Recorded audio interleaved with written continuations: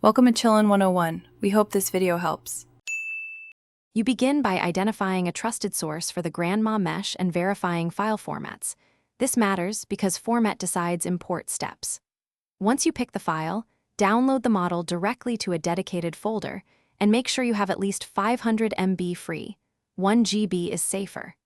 You should also grab accompanying textures and a license note. Taking these early prevents blocking later steps and keeps your workflow clean and reproducible. You now import the file into your chosen tool, Blender or Unity, for example, and immediately check scale and axis alignment so the model sits correctly. Next, clean the geometry. Remove duplicate vertices, recalculate normals, and simplify topology where necessary to prevent rendering issues.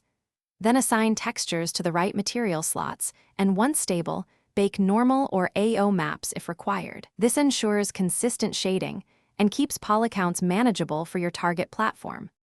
You finish by exporting the grandma mesh in the target format and settings, making sure scale and level of detail match your project. Once exported, place it in scene and test animations, collisions, and lighting. Confirm weight paints and texture seems behave as expected. If something goes wrong, start troubleshooting. Inspect normals, UV maps, and whether textures are missing or paths broken, then correct and re-export. This loop quickly resolves most issues and gets your mesh production ready. Thanks for watching. Consider subscribing if we helped you.